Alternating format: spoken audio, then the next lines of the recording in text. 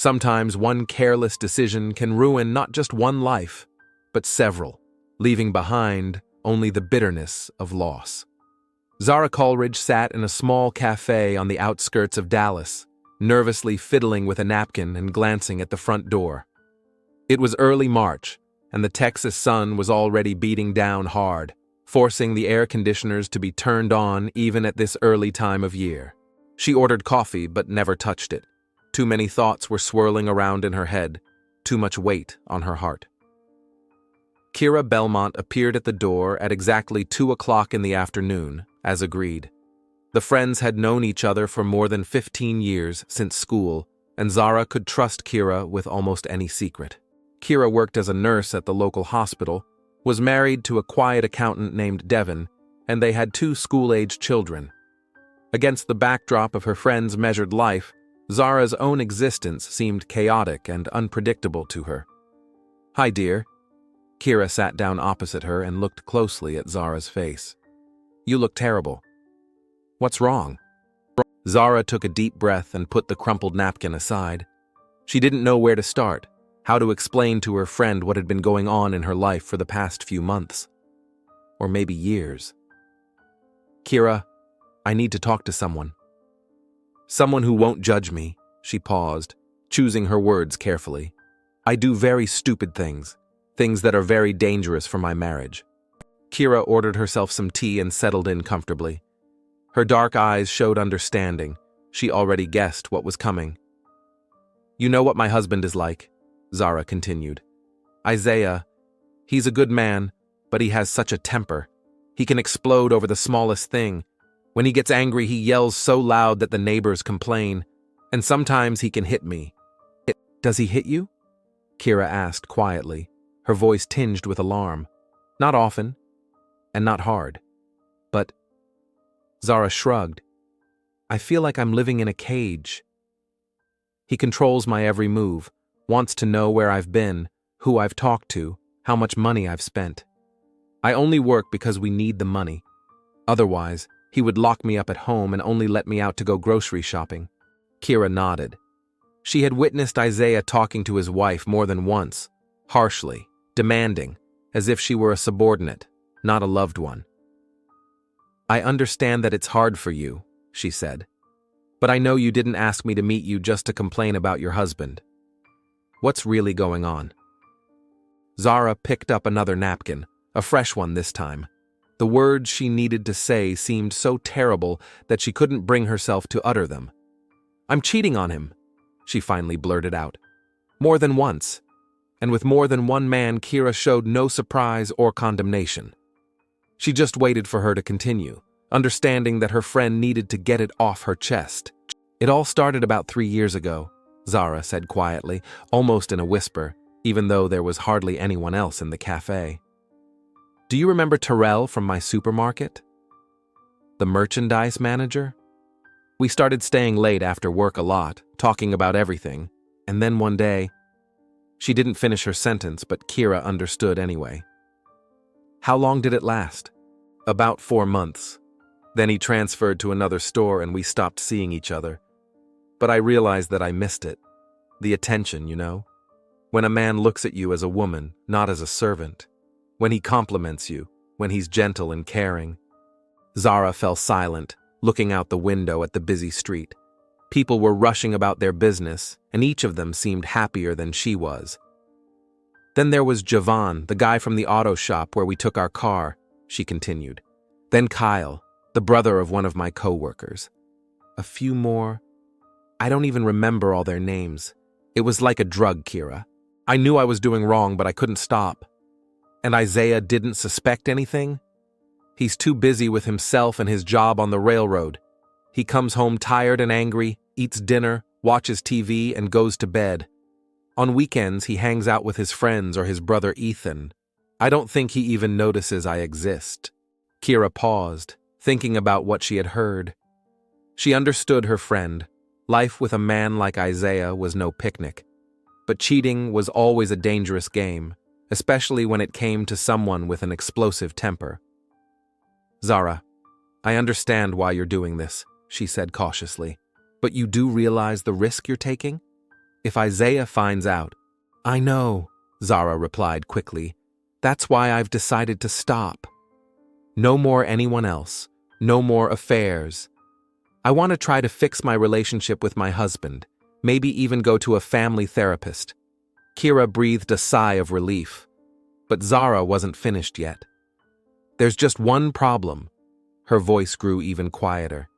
My last affair. It's not over yet, and it's not just some random man. Kira's heart began to beat faster.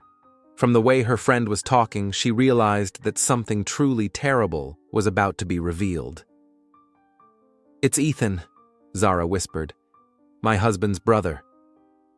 Kira froze with a cup of tea in her hand.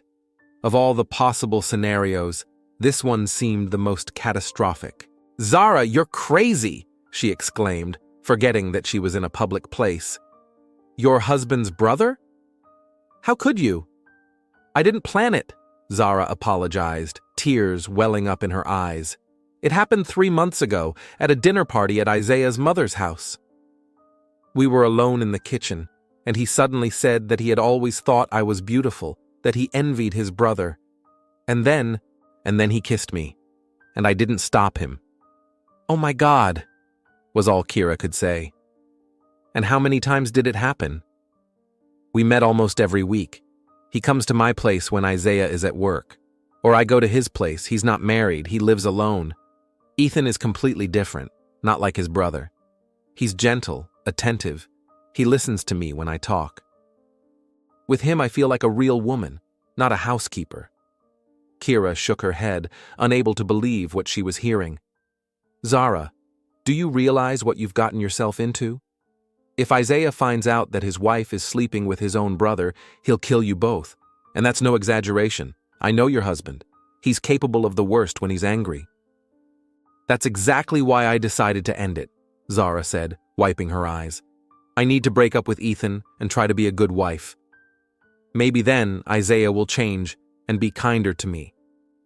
Kira wanted to say that people don't change at 40, especially people like Isaiah, but she kept quiet. Her friend was already on the verge of a nervous breakdown. How are you going to tell Ethan about your decision? Isaiah's mother's birthday is tomorrow. We're going to visit her with the whole family, including Ethan. I'll find a moment to talk to him alone and explain that things can't go on like this. They sat in the cafe for another half hour, but the conversation was no longer flowing. Kira was too shocked by what she had heard, and Zara felt empty after her confession. When they parted, each was lost in her own thoughts, but both understood that Zara's life was on the brink of disaster. In the evening, Zara returned home around 6. Isaiah was already home, which was strange. He usually didn't come home before 7. He was sitting on the couch in the living room, holding his head. What happened? Zara asked, putting down her bag. My head is splitting, he said without looking up, and I feel nauseous. I must have eaten something bad for lunch. Zara came closer and saw that her husband really did look bad. His face was gray, and his forehead was covered with sweat. Maybe you should take your temperature. I already did. It's 98.6. Not fatal, but unpleasant. Zara made dinner, but Isaiah hardly ate anything. He complained of weakness and a strange taste in his mouth. By 10 o'clock, he felt so bad that he started vomiting. That's it. I'm going to the hospital, he said, struggling to get up from the sofa. Maybe it's some kind of serious poisoning. I'll go with you. No, don't. You'll just get in the way there. Stay at home and I'll call you later and tell you what the doctors found. Isaiah left, and Zara was left alone. She couldn't sleep, thinking about her conversation with Kira and what awaited her tomorrow. She would have to find a way to talk to Ethan and close this chapter of her life once and for all. The next day began early. Isaiah returned around 8 in the morning, looking better, but still weak. What did the doctors say? They took a bunch of tests. The results will be in a few days. For now, they prescribed medicine for nausea and advised me to get more rest. They said it could be some kind of virus. Maybe we shouldn't go to Mom's today? Shall we postpone it until another day? No, Isaiah replied firmly. Mom will be upset if we don't come. She so rarely gets the whole family together. I'll go. I'll just take my medicine first. By noon, Isaiah was indeed feeling better, and they set off to visit his mother. Mrs. Coleridge lived in the suburbs of Dallas, in a small house built by her late husband. Despite being 72 years old, she was an energetic woman who loved to entertain guests. When Isaiah and Zara arrived, Ethan and several cousins with their families were already there. The house was filled with children's voices, laughter, and the aromas of a festive dinner. Zara helped in the kitchen, trying to stay away from Ethan, but she could feel his gaze on her. Ethan Coleridge was 5 years younger than his brother and very different in character. While Isaiah was quick-tempered and harsh, Ethan was calm and gentle. He worked as a truck driver, often going on long trips, and this job had left its mark on his character. He had become more patient and level-headed. He had dark, attentive eyes and a kind smile that was so different from Isaiah's constantly tense expression. After lunch, when everyone was sitting in the living room, Zara found an excuse to go to the storage room for extra chairs. A few minutes later, Ethan looked in. Zara, can I help you find something? She turned to him, and her heart ached. Ethan looked at her with a tenderness that Isaiah hadn't shown her in years. Ethan, we need to talk, she said quietly. About us. He immediately understood what she was talking about, and his face darkened. What's wrong? Does Isaiah suspect something? No, that's not it. It's me. I can't live like this anymore, you understand? It's wrong. We're betraying your brother, my husband, and sooner or later he'll find out. Ethan was silent, digesting what he had heard. Then he asked quietly, So you want to end it? Yes, I have to try to fix my marriage. And you'll find a good girl, get married, have children. You have your whole life ahead of you. What if I don't want another girl? His voice sounded pained. What if I love you? Zara felt tears welling up in her eyes. She also had feelings for him, deeper than she had ever had for any of her previous lovers. But that was precisely why they had to stop before it was too late. Then you have to understand me and agree, she said. We can't build our happiness on lies and betrayal. It won't lead to anything good. Ethan looked at her for a long time, then nodded. Okay, if that's what you've decided, I won't force you. But know this, these 3 months have been the best of my life. He turned and left the storeroom, leaving Zara alone with her thoughts and a feeling of relief mixed with the sharp pain of loss. 3 days had passed since Isaiah's mother's birthday. Zara was working at the supermarket as usual, stocking shelves and trying not to think about that conversation in the storeroom. Ethan hadn't called or texted, and she was grateful for that. Maybe everything would work out after all.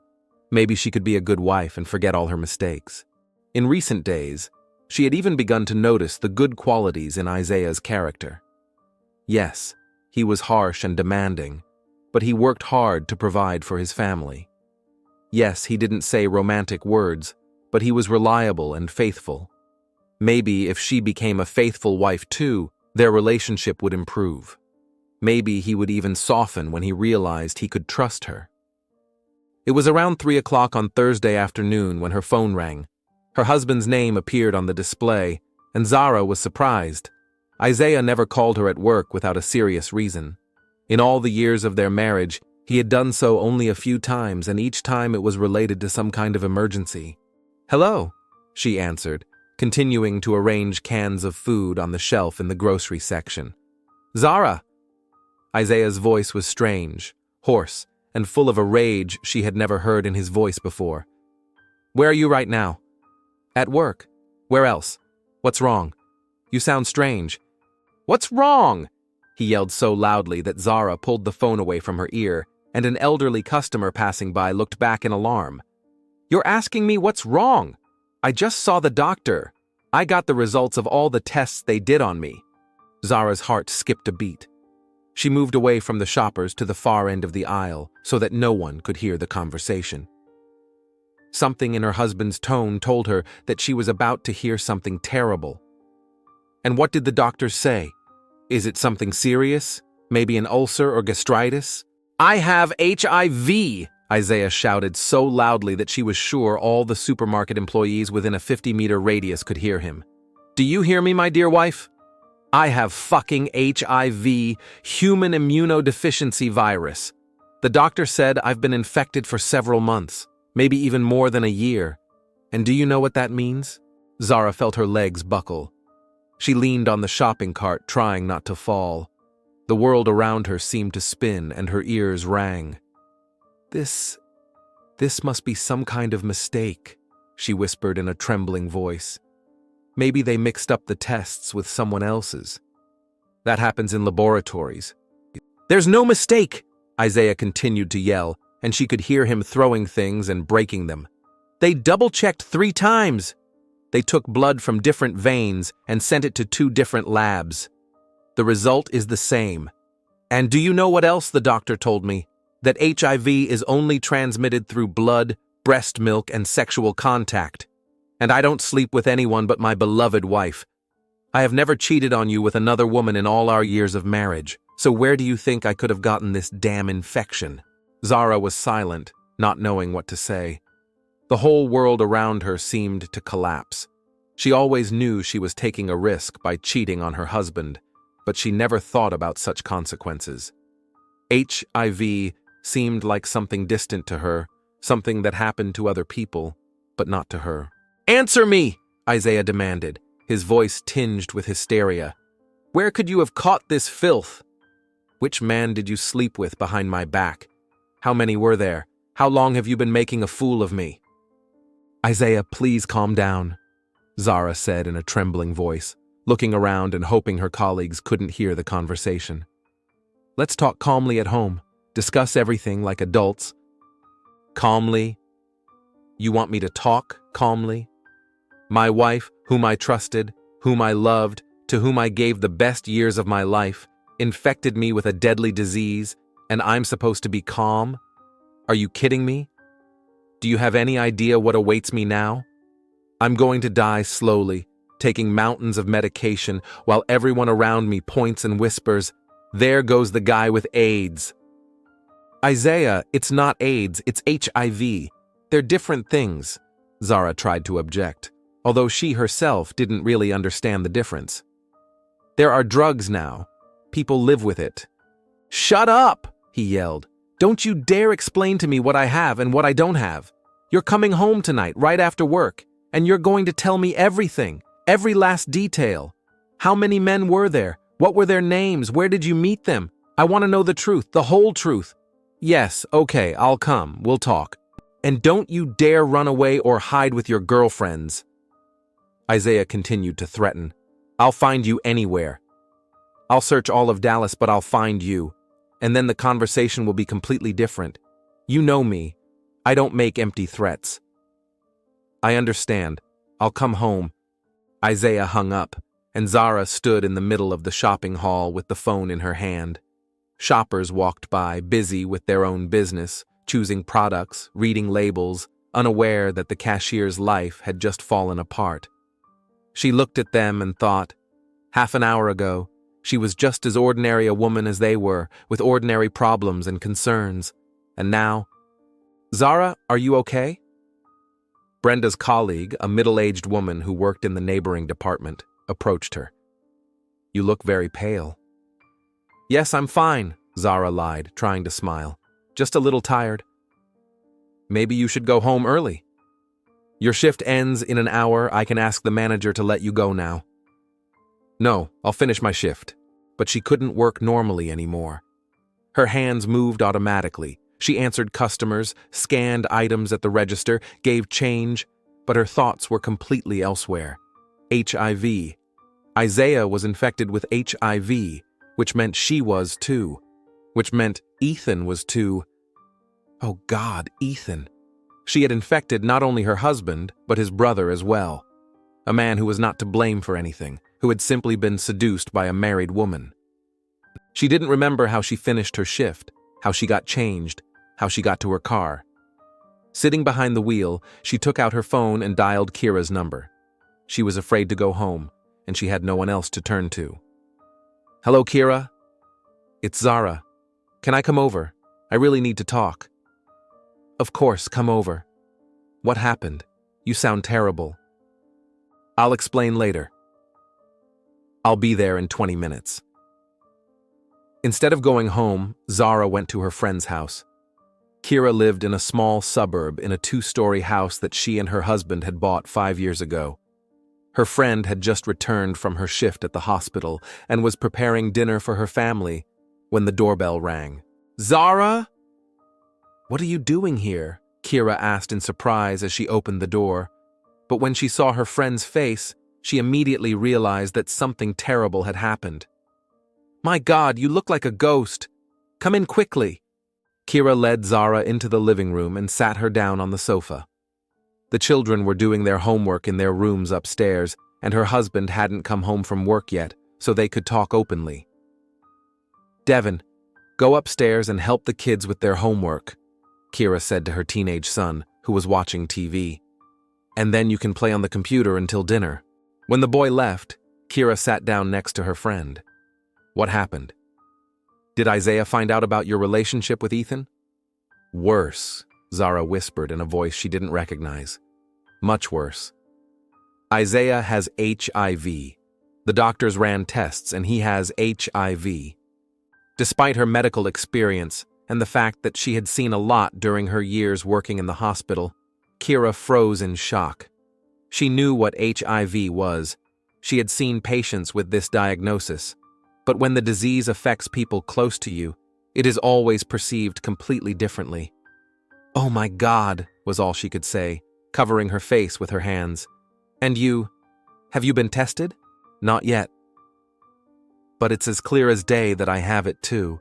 We've been sleeping together for 12 years ever since we got married, and if I have this infection, then that means—" "Then you infected Ethan too," Kira finished for her in a quiet voice.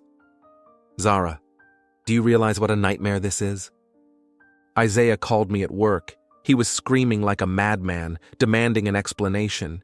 He said he knew that HIV is only transmitted sexually, and since he hadn't cheated on anyone, that meant I had infected him.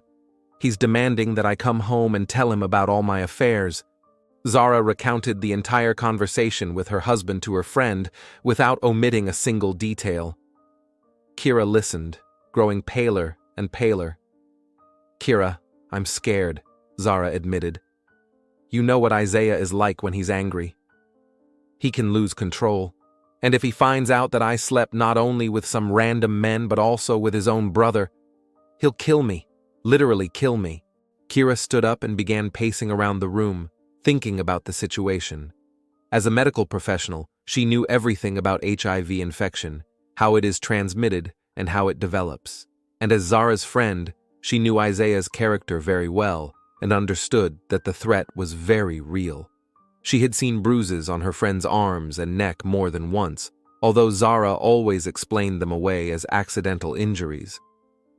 "Listen to me very carefully," she said, stopping in front of Zara and taking her hands. "The first and most important thing you need to do right now is to find out for sure whether you have HIV or not. Maybe, although the chance is small, Isaiah got infected some other way. Do you think that's possible? Theoretically, yes. HIV can be transmitted through unsterile medical instruments, infected needles, or transfusions of infected blood. Isaiah works on the railroad, where serious injuries and cuts occur, so he could have come into contact with someone else's blood. What if the result is positive?" Kira sighed heavily and sat back down on the couch. "If the result is positive, you will have no choice. You'll have to confess your infidelity to Isaiah. There's simply no other way out. The doctors will definitely try to find the source of the infection. They'll ask both him and you about all your sexual partners over the last few years. If you keep quiet, they'll still get to the truth through medical records and tests. It's better for Isaiah to hear the truth from you than from strangers or doctors. And then what? He'll kill me, Kira. You know what he's like when he's angry. And then this. Then you'll get divorced, and you'll start treatment. Nowadays, HIV is not a death sentence if you start antiretroviral therapy in time. People with HIV live full lives for decades, start families, and have healthy children. Kira paused, looking at her friend's trembling hands, and then added, "But just in case, so I can sleep peacefully, you need to protect yourself. I have a gun. Devin bought it to protect the house after burglaries became frequent in our neighborhood. Take it with you. Kira, I've never held a gun in my hands. I couldn't kill anyone. Not kill, but defend yourself if absolutely necessary. Isaiah is a big, strong man, and you are a small, fragile woman. If he completely loses control, if he decides that his life is over anyway, the gun could save your life. I pray to God that you won't have to use it, but let it be with you." Kira went into the bedroom and returned with a small revolver and a box of ammunition. "It's a simple model, not an automatic pistol. Just aim at the target, pull the trigger, and shoot. Here's the cylinder. It holds 6 rounds. It's fully loaded right now, so be very careful and never point it at people unless you intend to shoot." Zara took the gun with trembling hands. It was much heavier than she had expected, and colder. "Hide it in your purse and don't take it out unless absolutely necessary," Kira warned. "It's illegal to carry a weapon without a license, but in your situation, it's the lesser of 2 evils. Now, let's go to the hospital and get you tested for HIV. We can do a rapid test, and the results will be ready in an hour." They drove to the hospital where Kira worked. Thanks to her connections and authority among her colleagues, they were able to get the test done quickly, anonymously, and free of charge. Zara had blood drawn from her vein, and they waited for the results in the empty hallway of the pediatric ward. The hour seemed like an eternity. Zara sat down, then got up and walked down the hallway, then sat down again. Kira tried to calm her down, talking about work and children, but they both understood that they were just killing time while waiting for the verdict. "The results are ready," said the lab technician, a friend of Kira's, coming out of the office and handing her a sealed envelope. Zara took the envelope with trembling hands, but didn't dare open it. It seemed to her that as long as she didn't read the results, there was still hope that everything would be all right.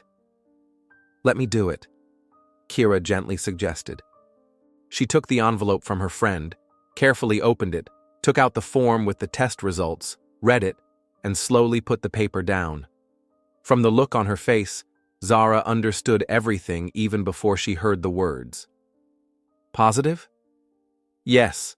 HIV infection confirmed. What's more, judging by the indicators, you've been infected for quite some time, most likely more than a year." Zara covered her face with her hands and cried. All her last hopes that this was some kind of monstrous mistake, that Isaiah had been infected somehow else, were finally dashed. Now there was no doubt left. She had infected her husband by cheating on him with multiple men, and worst of all, she had infected Ethan, who had trusted her. "What do I do now?" she asked through her tears. "How do I tell Isaiah the truth? How do I look Ethan in the eye?" "First, you need to talk to Isaiah. Tell him about the affairs, but don't name specific men unless he insists. Especially don't mention Ethan's name until you understand how he reacts to the news of the affairs itself." Kira hugged her friend tightly. "Be very careful. And remember, if something goes wrong, if you feel like you're in real danger, call me immediately. I'll come myself or call the police. Don't be a hero. Think about your safety." "Thank you for everything, Kira. You're a true friend. I don't know what I would do without you. Everything will be fine. It will all work out somehow," but there was no confidence in Kira's voice. Zara got in her car and drove home. The gun was in her purse, and she kept touching it with her hand, as if to make sure it was still there. She still couldn't believe she might need a weapon to protect herself from her own husband, but the last few hours had shown her how quickly her familiar world could collapse. She didn't know how exactly she would explain her infidelity to Isaiah, where to start, how to find the words for this conversation, but she had no choice. As she approached the house, she saw that all the windows of their second-floor apartment were lit up. Isaiah was home and waiting for her. Zara parked at the entrance and sat in the car for a few minutes, gathering her courage and trying to figure out how to start this terrible conversation. Then she took her purse, checked again that the gun was in place, took a deep breath, and walked to the front door. The time for confessions had come. Zara climbed the stairs to the second floor, holding the keys to the apartment in her hand. Each step was difficult, as if she were walking to her execution. The gun in her purse felt incredibly heavy, and her heart was beating so loudly that she thought it could be heard throughout the entire building. She inserted the key into the lock, but before she could turn it, the door flew open. Isaiah was standing in the doorway, and Zara realized with horror that she had never seen him in such a state before. His eyes were red and wild, his hair was tousled, and beads of sweat stood out on his forehead. He had obviously been drinking. He reeked of whiskey. "Finally," he said in an ominous voice. "I was beginning to think that my dear wife had decided to run away from her responsibilities. Isaiah, I came as I promised. Let's go inside and talk calmly." "Calmly?" He grabbed her arm sharply and dragged her into the apartment, slamming the door behind her. "Do you still think we can talk calmly?" Zara looked around and was horrified. The living room looked like a hurricane had hit it. A broken vase lay on the floor, sofa cushions were scattered throughout the room, the coffee table was overturned, and there was a hole in the wall. Isaiah had apparently thrown something at it. "Isaiah, what have you done?" "What have I done?" He laughed hysterically. "That's nothing compared to what you've done. Sit down here." He pointed to the only intact chair in the middle of the room. Zara sat down cautiously, clutching her purse tightly. "So, my dear wife," Isaiah began, pacing the room like a caged animal. "Tell me about your little adventures. And don't you dare lie. I want to know everything." "Isaiah, maybe you should sit down first and we—" "I said tell me," he yelled, stopping in front of her. "How many men were there? What were their names? Where did you meet them?" Zara took a deep breath. Kira was right. It was better to tell the truth herself than to let Isaiah find out from the doctors or other sources. "Yes, I cheated on you," she said quietly. "More than once, and with more than one man." Isaiah froze, as if he hadn't expected such a direct confession. "How many times?" he asked hoarsely. "Many. Over the last 3 years, there have been several men." "Several? How many is that? 5, 10, 20? "I didn't count." "You didn't count?" He exploded and punched the wall. "You didn't count how many men you fucked behind your husband's back? You didn't care? Isaiah, it's not that simple. You don't understand what it was like for me. How did you feel?" He moved closer to her, and she could smell the alcohol on his breath. "Tell me how it feels to betray the man who loved you, who worked like a dog to support his family." "You never noticed me?" Zara blurted out. "You came home angry and tired, ate in silence, watched TV and went to bed. You only talked to me when you needed to give me an order or complain about something." "Oh, so it's my fault?" Isaiah grabbed the overturned table and threw it against the wall with all his might. "Is it my fault that my wife is a whore? Don't call me that. What should I call you? Tell me, what do you call a woman who sleeps with anyone and infects her husband with a deadly disease?" Zara remained silent, realizing that any excuses would only anger him even more. "Go on," Isaiah demanded. "Who were these men? Name them. Why do you need to know? It doesn't matter anymore." "How does it not matter? One of them infected you with HIV. I want to know who it was. Maybe I'll find him and have a personal meeting with him. Terrell from the supermarket." Zara began to list. "Javon from the auto repair shop. Kyle, my co-worker's brother. A few more. I don't even remember all their names." "You don't remember their names?" Isaiah hit the wall again, his knuckles covered in blood. "You slept with men whose names you don't even remember?" He began to smash everything within reach. He threw the TV remote control on the floor and broke the vase that had miraculously survived his first fit of rage. "Isaiah, stop! You're going to hurt yourself. Shut up!" he yelled. You've lost the right to worry about my health. Keep talking. Are they all men, or is there someone else? Zara knew that the most frightening moment had come. She had to tell him about Ethan, but she didn't know how to do it. There's someone else, she whispered. Who? It's hard to explain. Who was it, Zara? Isaiah's voice became ominously quiet. She looked up at him and saw that he was staring at her with an animalistic expression on his face. Ethan, she whispered. For a few seconds, the room was dead silent. Isaiah stood motionless, as if he didn't understand what he had heard. What did you say? He asked very quietly. Ethan, your brother Isaiah's face slowly turned red, then almost purple. My brother? He repeated. My own brother? Isaiah, it just happened. We didn't plan it. My brother? He yelled so loudly that Zara's ears popped. You slept with my brother? He grabbed a lamp standing nearby and threw it against the wall. The lamp shattered into pieces, scattering shards across the floor. Isaiah, we've already stopped. The day before yesterday, I told him I didn't want to anymore. Oh, so you've already stopped? How noble of you. He spoke sarcastically, but there was such hatred in his voice that Zara instinctively clutched her purse tighter. And when were you going to tell me about it? At our golden wedding anniversary?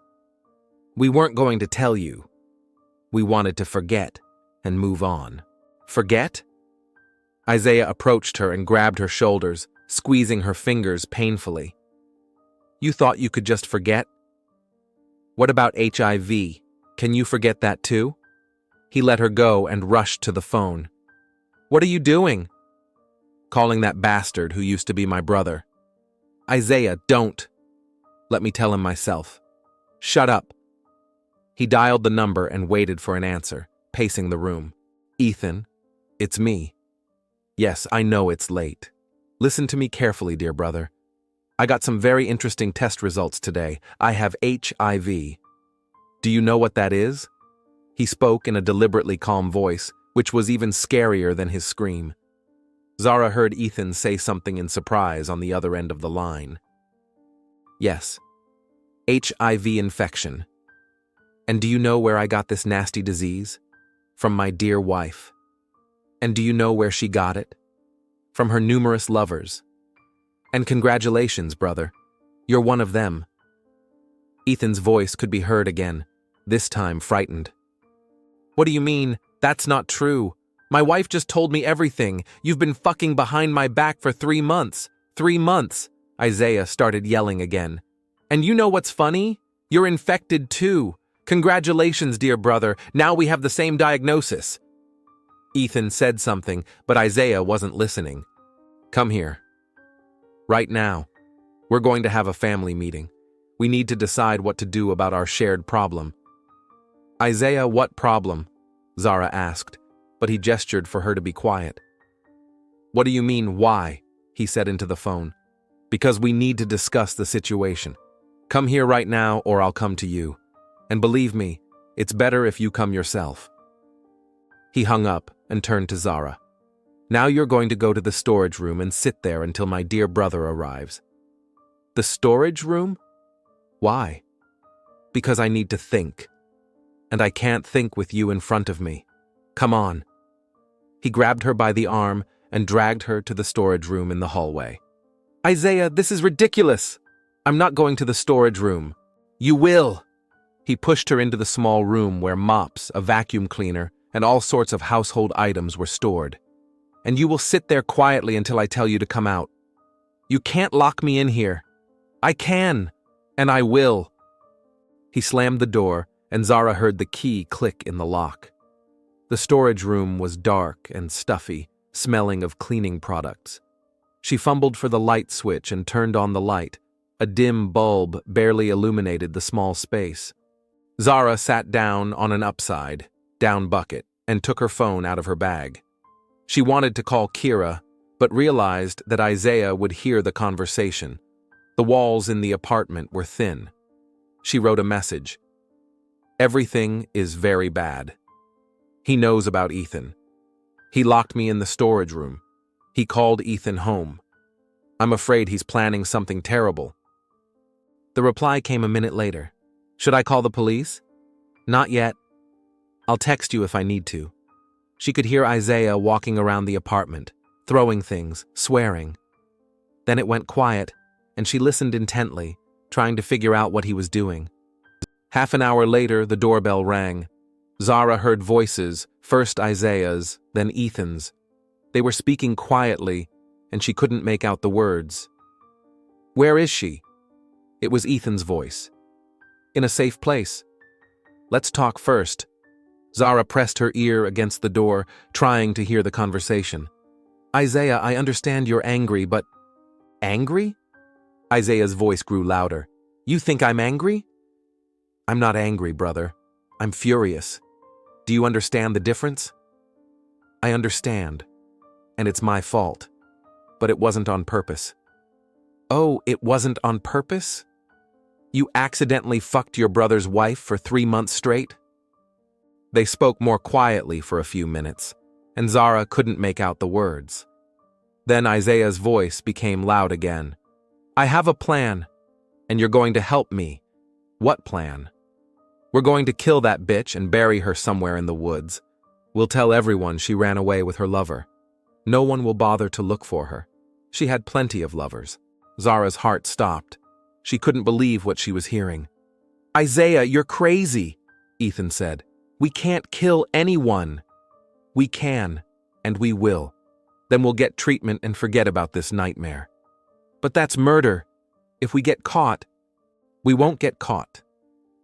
We'll do everything carefully, and if you refuse, I'll kill you too. Think about your mother.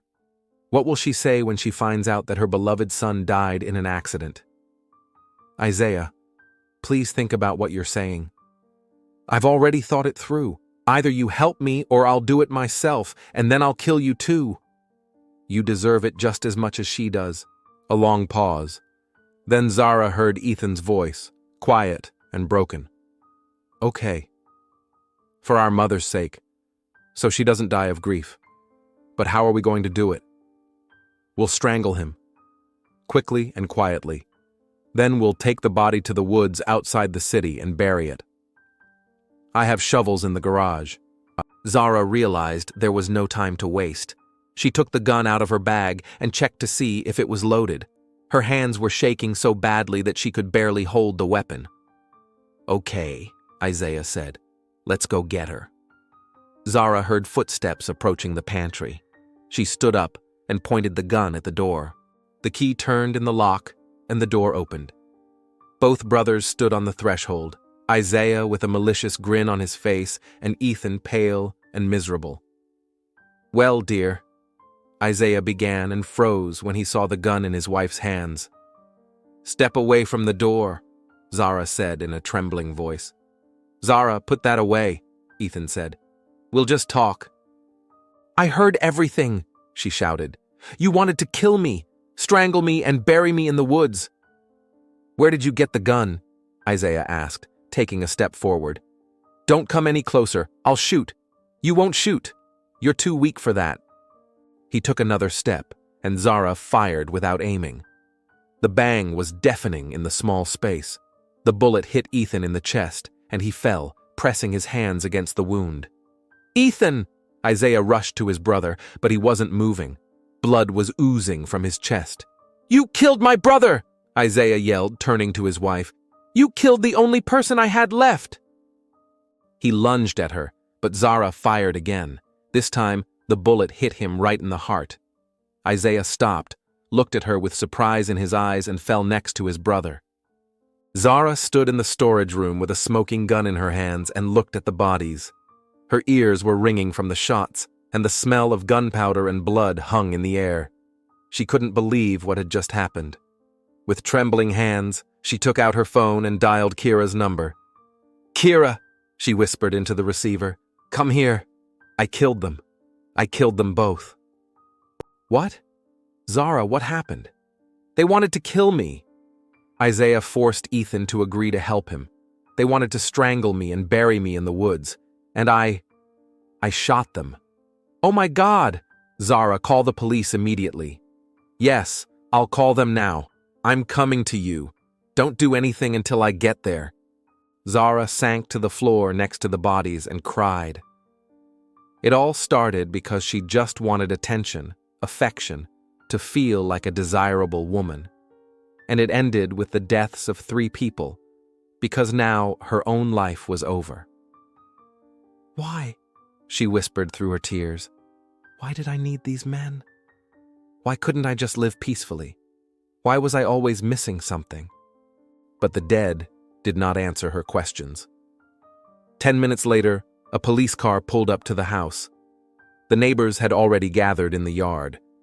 Everyone had heard the shots in the quiet neighborhood. Zara opened the door to the police herself and handed them the gun. I killed my husband and his brother, she said calmly. They wanted to kill me, and I defended myself. The story that began with a desire to feel alive ended in death.